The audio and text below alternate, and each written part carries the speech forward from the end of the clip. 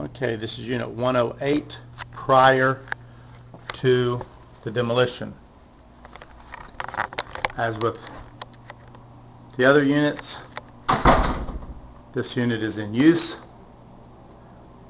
However, there is an issue with the insulation, wet insulation in this exterior wall.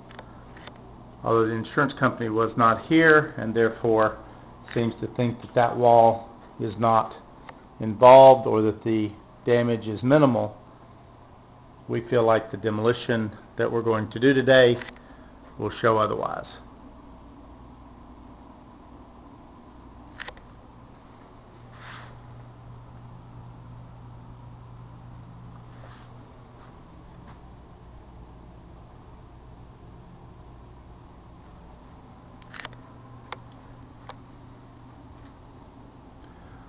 Also, you may be able to hear the fans. This unit has